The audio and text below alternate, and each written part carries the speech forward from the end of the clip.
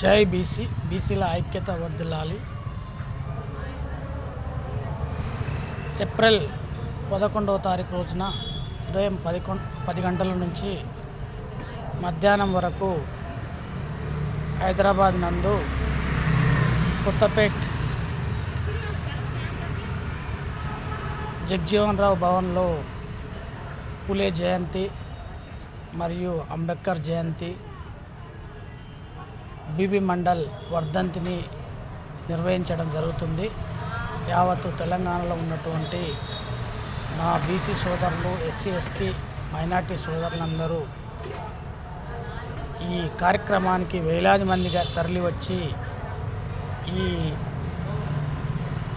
ఈ మన యొక్క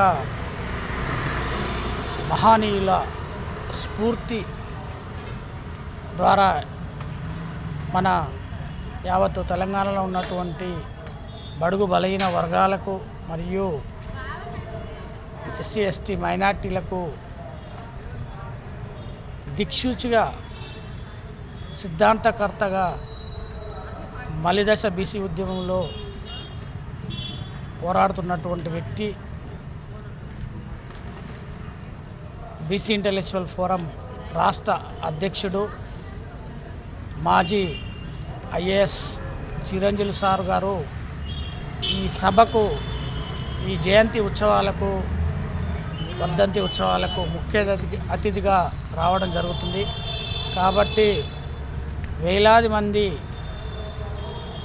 ఈ కార్యక్రమానికి వచ్చి విజయవంతం చేయగలరని మనవి. అదేవిధంగా మీ బీసీ ముద్దుబిడ్డ, బడుగు బలైన అలా వర్గాల ఆశజ్యోతి,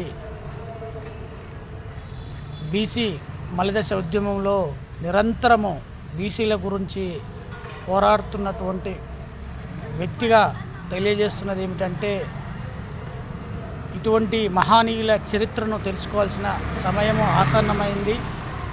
రానున్న రోజులలో కూడా బీసీలకు సంబంధించినటువంటి రాజకీయ ప్రజాశక్తి పార్టీ కూడా ఏర్పడవలసిన అవసరం ఉంది. కాబట్టి మీ బీసీ బిడ్డగా కోరేది ఏంటంటే,